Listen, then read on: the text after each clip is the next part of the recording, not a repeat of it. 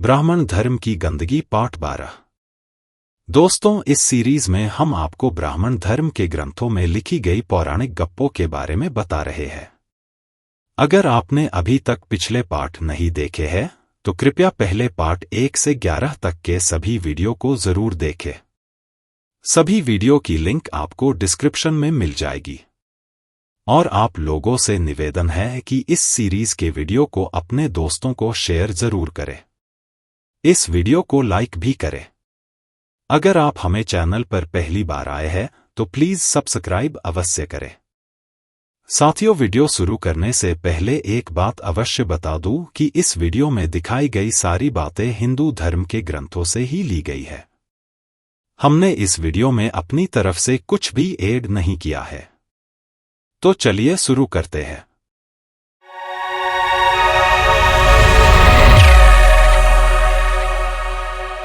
विलक्षण अतिथि सत्कार।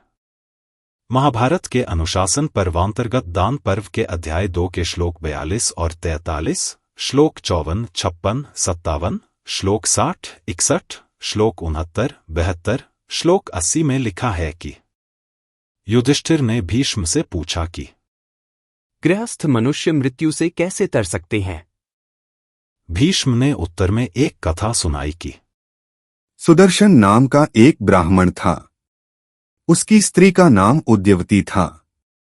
उसने अपनी पत्नी से कहा, श्लोक 42, अतिथेय प्रतिकूलन्ते न कर्तव्य कथंचन।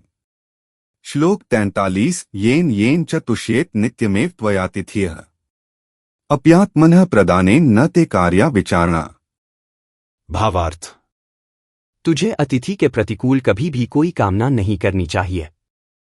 जिस उपाय से नित्य नित्य अतिथि संतुष्ट रहे, चाहे अपना शरीर ही क्यों न दान करना पड़े, तुझे इसमें विचार नहीं करना चाहिए। एक दिन सुदर्शन जंगल में लकड़ियां लेने गया था। पीछे से एक पौराणिक ब्राह्मण अतिथि बनकर उसके घर में आया और औद्यवती से बोला, श्लोक 54, यदि प्रमाण धर्मस्ते गृहस्थाश्रम सम्मतः प्रदानेनात्मनो राज्ये कर्तुमर्हसि मे प्रियम। भावार्थ, यदि तुझे गृहस्थ धर्म प्रमाण है तो तू अपना शरीर प्रदान करके मुझे प्रसन्न कर सकती है। यह सुनकर औद्यवती ने और पदार्थों से उसे प्रसन्न करना चाहा, किंतु उसने शरीर प्रदान के बिना अन्य वस्तु स्वीकार नहीं की। तब श्लोक 56, सातु राजसुता स्मृत्वा भर्तुर्वचनमादितः तथेति लज्जमाना सा तमुवाच द्विजर्षभम्। श्लोक 57, ततो विहस्य विप्रश्य सा चैवाथ विवेशः। भावार्थ, वह राजा की पुत्री सुदर्शन की पत्नी प्रथम दिवस के पति के वचन को याद करके लज्जित हुई उस ब्राह्मण से कहने लगी, बहुत अच्छा। तब प्रसन्न होकर वह पौराणिक ब्राह्मण और औद्यवती एकांत स्थान में प्रविष्ट हो गए। थोड़ी देर में सुदर्शन लकड़ियां लेकर आया और उसने पत्नी को आवाज दी कि तू कहाँ है।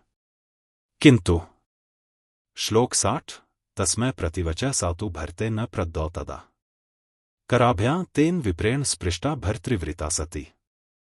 श्लोक 61, उच्छिष्टा स्मीति मनवाना लज्जिता भर्तुरेव च तूष्णी भूत्वा भव साध्वी न चोवाचात किंचन। भावार्थ, उसने पति की बात का उत्तर नहीं दिया क्योंकि ब्राह्मण ने उसे हाथों से पकड़ रखा था।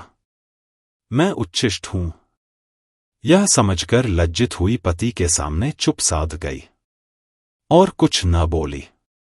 तब अंदर कुटी में से ब्राह्मण बोला, वह तो मेरे पास है। यह सुनकर सुदर्शन बोला कि श्लोक 69, सुरतम तेस्तु विप्राग्रे प्रीतिर्हि परमामम गृहस्थस्य ही धर्मो अग्रयः संप्राप्तातिथि पूजन। श्लोक 72, न्यः संदिग्धो यथा वाक्यम में तन्मे समुदाहृतम तेनाह विप्र सत्यन स्वयमेवात्ममालभे।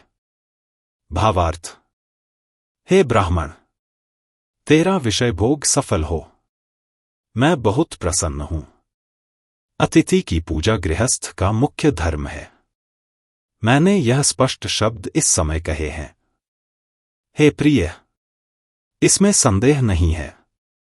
इस सत्य को सिद्ध करने के लिए मैं स्वयं अपने शरीर को छूकर शपथ खाता हूं। इस पर आकाशवाणी हुई। श्लोक 80 विजितश्च त्वया मृत्युर्योऽयं त्वाम्नो गच्छति। भावार्थ। हे सुदर्शन, तूने उस मौत को जीत लिया जो तेरे पीछे पीछे फिरती थी। भीष्म बोले, आथ हे युधिष्ठिर, प्रत्येक प्रकार से अतिथि की पूजा करने से गृहस्थी मृत्यु को जीत लेता है। शिव पुराण कोटिरुद्र संहिता के अध्याय 13 के श्लोक 35 के अनुसार सुदर्शन ने अपनी पत्नी को व्यभिचारिणी बनाया। श्लोक 35 सपुत्रोपि हतो भार्या पुंश्चली कृत्वां द्रुतम् पश्चात तापमनु प्राप्य स्वपित्रा परिभर्त्सितः। भावार्थ। उस दुराचारी पुत्र ने अपनी स्त्री को भी शीघ्र ही व्यभिचारिणी कर दिया। तब उसके पिता ने पश्चाताप करके उसे धिक्कारा। आइए अब हम इसकी समीक्षा करते हैं। महाभारत तथा शिवपुराण से सुदर्शन की पत्नी के व्यभिचारिणी होने की बात स्पष्ट कर महाभारतकार ने इस अतिथि सत्कार रूपी पौराणिक व्यभिचार को धर्म माना है, जबकि शिवपुराण ने उसे पाप माना है।